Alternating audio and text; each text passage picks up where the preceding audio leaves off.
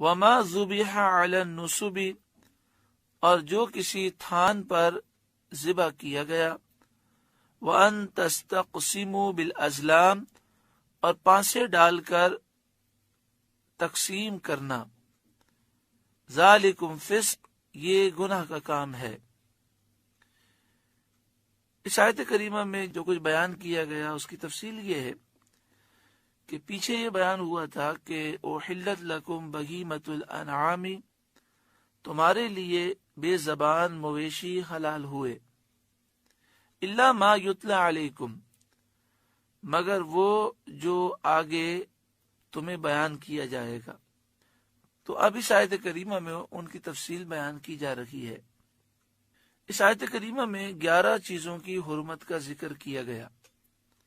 سب سے پہلے فرمایا گیا المیتۃ، مردار، یعنی جس جانور کے لیے شریعت میں ذبح کا حکم ہو اور وہ بغیر ذبح مر جائے وہ مردار ہے۔ جسے مچھلی کے لیے ذبح کا حکم نہیں ہے، تو مچھلی اگر شکار کی جائے اور دریا کے پانی سے باہر آئے اور پانی نہ ملنے کی وجہ سے مر جائے تو وہ حلال ہے، مگر مرغی، بکری، گائے، بیل، اونٹ، یہ وہ ہیں جن کے لیے شریعت میں ذبح شرعی کا حکم بیان کیا گیا کہ انہیں ذبح کیا جائے۔ اونٹ کو نہر کیا جاتا ہے اور گائے وغیرہ کو ذبح کیا جاتا ہے۔ نہر اور ذبح دونوں کا حکم یہ ہے کہ بسم اللہ اللہ اکبر پڑھ کر یہ کیا جائے، اور اس میں 4 رگوں کا کاٹنا یہ افضل ہے۔ 4 رگوں سے مراد یہ ہے کہ 2 خون کی رگیں جو گلے میں ہوتی ہیں، اور 2 رگیں سے مراد 2 نالیاں ہیں، ایک خوراک کی نالی ہے اور دوسری سانس کی نالی ہے۔ اگر 4 رگوں کا اکثر حصہ کٹ جائے تو بھی جانور حلال ہے، اور اگر 3 رگیں کٹ جائے تو بھی جانور حلال ہے، اور 4 کٹ جائے تو یہ افضل ہے، اور اگر 2 رگیں کٹیں تو اس صورت میں جانور حرام ہو جائے گا۔ اور بسم اللہ اللہ اکبر پڑھنا بھی ضروری ہے۔ اگر اللہ کا نام لینا بھول گیا تو معاف ہے، لیکن یاد ہونے کے باوجود اگر اس نے اللہ کا نام نہ لیا تو پھر جانور حرام ہو جائے گا، مردار ہو جائے گا۔ بعض اوقات ایسا بھی ہوتا ہے کہ اللہ کا نام لینا یاد ہوتا ہے، لیکن انسان یہ سوچتا ہے کہ فلاں شخص نے پڑھ لیا، مجھے پڑھنے کی کیا ضرورت ہے۔ تو یہ بات یاد رکھیں کہ جتنے ہاتھ چھری پر ہوں اور سب مل کر گردن ذبح کر رکھے ہیں تو سب کا اللہ کا نام لینا ضروری ہے۔ بعض اوقات ایسا ہوتا ہے کہ قربانی کے موقع پر جو حاجی صاحب ہوتے ہیں، جو سیٹھ صاحب ہوتے ہیں، جن کی گائے ہوتی ہے، وہ برکت کے لیے ہاتھ رکھتے ہیں اور ذبح کرنے کی کوشش کرتے ہیں، بسم اللہ اللہ اکبر بھی پڑھتے ہیں، لیکن وہ ابھی ایک رگ بھی نہیں کاٹ پاتے کہ چھری ہاتھ سے گر جاتی ہے، اور پھر کسائی اسے پکڑ کر 4 رگیں کاٹ دیتا ہے۔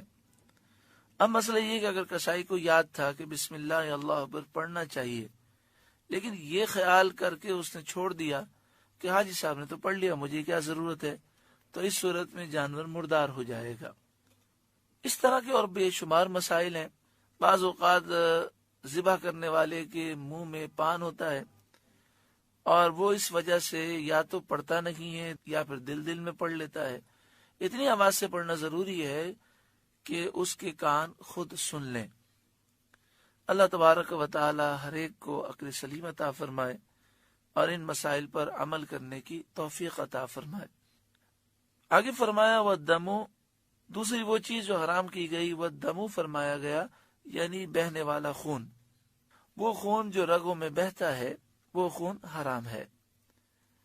دیکھیں یہاں پر ایک بات یاد رکھیں کہ جو ذبح کرنے کی شرعی حکمت ہے کہ ہمیں یہ حکم دیا گیا کہ 4 رگیں کاٹ دیں اور اس طرح ذبح کریں اور پھر اس جانور کو تڑپنے دیں، جب سارا خون نکل جائے اور اس جانور کی روح چلی جائے، یعنی وہ جانور بالکل ٹھنڈا ہو جائے تو اس کے بعد اس کی کھال وغیرہ اتاری جائے۔ اس کی حکمت یہ ہے کہ جو رگوں میں بہتا ہوا خون ہوتا ہے یہ ہماری صحت کے لیے انتہائی نقصان دہ ہوتا ہے، لیکن اب کسائیوں نے جلدی کے لیے، تاکہ جلدی سے جانور کے ٹکڑے کر سکیں، اس کے لیے انہوں نے یہ کیا ہے کہ یا تو وہ جانور کو ذبح کرنے کے بعد تھوڑی سی کھال اس کی چیر کر اس کے دل کی طرف وہ چھری مارتے ہیں، اور اس طرح جانور جو ہے ٹھنڈا ہو جاتا ہے۔ یہ طریقہ غلط ہے، اس سے جانور کو تکلیف ہوتی ہے۔ جب 4 رگیں کاٹ دیں تو پھر اس کے بعد آپ اپنی چھری جانور سے دور رکھیں اور جانور کو کوئی تکلیف نہ دیں۔ جب تک وہ تڑپ رہا ہے اس کی کھال اتارنا یہ جائز نہیں ہے۔ دوسرا وہ یہ کام کرتے ہیں، آج کل یہ انداز اختیار کیا گیا اور چند سالوں سے ہے، وہ یہ کرتے ہیں کہ 4 رگیں کاٹنے کے بعد چھری کو سیدھا کر کے اس کے گلے میں مارتے ہیں، اور گلے میں مار کر گردن کے پیچھے کا جو حصہ ہے وہاں سے ریڑھ کی ہڈی کے مہرے گزر رہے ہیں، وہاں وہ چھری مار کر حرام مغز کاٹ دیتے ہیں۔ اس طرح یہ ہوتا ہے کہ جانور کے دماغ کا اور جسم کا رابطہ ختم ہو جاتا ہے اور جانور تڑپنا چھوڑ دیتا ہے، ٹھنڈا ہو جاتا ہے۔ اس سے ایک تو یہ کہ یہ کام کرنا غلط ہے، دوسرا نقصان یہ ہوتا ہے کہ جانور کے جسم کے اندر جو بہنے والا خون موجود ہے وہ سارا نکل نہیں پاتا، اور وہ خون جو ہے پھر گوشت میں سرایت کرتا ہے، اس کے اثرات گوشت میں آتے ہیں، اور وہ گوشت جو ہے انسانی صحت کے لیے نقصان دہ ہوتا ہے۔ تو جب بھی قربانی کریں تو آپ یہ کوشش کریں پہلے سے بات کریں اور اسے کہیں کہ آپ جب 4 رگیں کاٹ دیں گے اس کے بعد آپ چھری ہاتھ میں نہیں لیں گے جب تک جانور ٹھنڈا نہ ہو جائے۔ اس وقت کسائی آپ کو سمجھائے گا اور کہے گا اس سے جانور کو ٹھنڈا ہونے میں بڑی دیر لگے گی، تو آپ کہیں کوئی بات نہیں۔ حالانکہ زیادہ دیر نہیں لگتی، چند منٹیں لگتی ہیں، لیکن چونکہ بقرعید کے دنوں میں انہیں جلدی ہوتی ہے اس لیے وہ اس طرح کہتے ہیں۔ تو پہلے سے بات کر لیں گے، اور پھر جب قربانی ہو اس وقت آپ خیال بھی کریں گے تو انشاءاللہ تعالی کسائی اس قسم کی حرکت کرنے میں وہ کامیاب نہیں ہوگا۔ فرمایا وَالدَّمُ، وہ خون جو رگوں میں بہتا ہے وہ خون حرام ہے۔ وَلَحْمُ الْخِنْزِيرِ، اور سور کا گوشت۔ یہ بات یاد رکھیں کہ سور کا گوشت بھی حرام ہے اور اس کے تمام اجزاء حرام ہے، سور کی ہڈی، چربی، ہر چیز حرام ہے۔ سور کے بال بھی ناپاک ہیں۔ وَمَا أُهِلَّ لِغَيْرِ اللَّهِ بِهِ، اور وہ جس کے ذبح میں غیر اللہ کا نام پکارا گیا، یعنی وہ جانور جس کے ذبح کے وقت غیر اللہ کا نام لیا گیا، جیسا کہ زمانے جاہلیت کے لوگ بتوں کے نام پر ذبح کرتے تھے، اور جس جانور کو ذبح تو صرف اللہ کے نام پر کیا گیا، یعنی ذبح کے وقت تو اللہ کا نام لیا گیا، لیکن ذبح سے پہلے اور ذبح کے بعد وہ غیر اللہ کی طرف منسوب رہا، وہ حرام نہیں۔ جیسے ذبح کرنے کے بعد عام طور پر ہم دعا پڑھتے ہیں اور ان لوگوں کے نام لیتے ہیں جن کی طرف سے قربانی ہوتی ہے، اسی طرح ذبح سے پہلے جیسے کہا جاتا ہے عبداللہ کی گائے، عقیقے کا بکرا، ولیمے کا جانور، یا وہ جانور جن سے اولیاء کی ارواح کو ثواب پہنچانا مقصود ہوتا ہے، ان کو جب ذبح کرتے ہیں تو بسم اللہ اللہ اکبر پڑھ کے ذبح کرتے ہیں، لیکن ذبح کرنے سے پہلے کہا جاتا ہے کہ یہ جانور فلاں ولی کے لیے ہے، ان کے ایصال ثواب کے لیے ہے، تو اس میں کوئی حرج نہیں ہے۔ ذبح کے وقت تو کسی دوسرے کا نام نہیں لیا جاتا، صرف اللہ کا نام لیا جاتا ہے، وہ حلال اور طیب ہے۔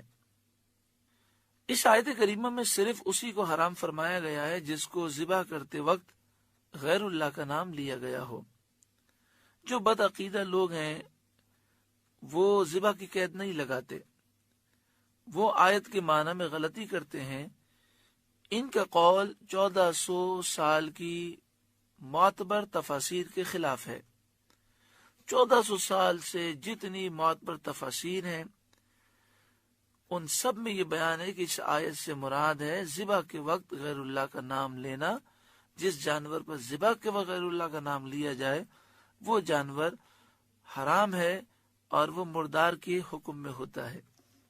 پانچواں یہاں پہ فرمایا گیا کہ وہ جانور جو گلا گھونٹ کر مارا گیا ہو، یعنی ذبح نہ کیا گیا ہو اور گلے میں رسی وغیرہ ڈال کر اس کا گلا گھونٹ دیا گیا ہو، تو وہ جانور حرام ہے، جس کے لیے قرآن پاک میں الفاظ ہیں والمنخنقہ. آگے فرمایا والموقوذہ، وہ جانور جو لاٹھی، پتھر، ڈھیلے، گولی وغیرہ سے مارا گیا ہو، یعنی ہر وہ چیز جس میں دھار نہیں ہوتی، جیسے لاٹھی میں، پتھر میں، ڈھیلے میں دھار نہیں ہے، چھری کی طرح اس میں دھار نہیں ہوتی. اسی طرح یہ مسئلہ بھی یاد رکھیں کہ ہمارے نزدیک گولی سے اگر کسی جانور کو مار دیا گیا یا چھرے سے مار دیا گیا تو وہ بھی حرام ہے. والموقوذہ، بے دھار کی چیز سے مارا ہوا. ہاں، اگر تیر کسی جانور پر چھوڑا گیا تو تیر میں دھار ہوتی ہے، تو اس وقت بسم اللہ اللہ اکبر پڑھ کر کسی شکاری جانور کی طرف تیر چھوڑا گیا اور وہ تیر اسے لگا اور اس سے شکاری جانور ہلاک ہو گیا تو وہ حلال ہے، جس کا ذکر آگے آ رہا ہے. آگے فرمایا والمتردیہ، وہ جانور جو گر کر مرا ہو، چاہے پہاڑ سے گر کر مرا ہو یا کنویں وغیرہ میں گر کر مر گیا ہو. والنطیحہ، وہ جانور جسے دوسرے جانور نے سینگ مارا ہو اور وہ اس کے صدمے سے مر گیا ہو. وما اکل السبع، جسے کوئی درندہ کھا گیا، وہ جانور جسے کسی درندے نے تھوڑا سا کھایا ہو اور وہ اس کے زخم کی تکلیف سے مر گیا ہو. لیکن اگر یہ جانور مر نہ گئے ہوں، کون کون سے جانور؟ جس کا گلا گھونٹا گیا، جس پر گولی چلائی گئی یا لاٹھی یا پتھر پھینکے گئے، یا کوئی جانور کنویں میں گر گیا یا پہاڑ سے گر گیا، یا کسی جانور کو دوسرے جانور نے سینگ مارا ہو، یا کسی درندے نے اس پہ حملہ کیا ہو اور کچھ کھا لیا ہو. اگر یہ جانور ابھی مرے نہ ہوں اور ان واقعات کے بعد بھی وہ زندہ ہوں، پھر انہیں باقاعدہ بسم اللہ اللہ اکبر پڑھ کر ذبح کر لیا جائے تو وہ حلال ہے.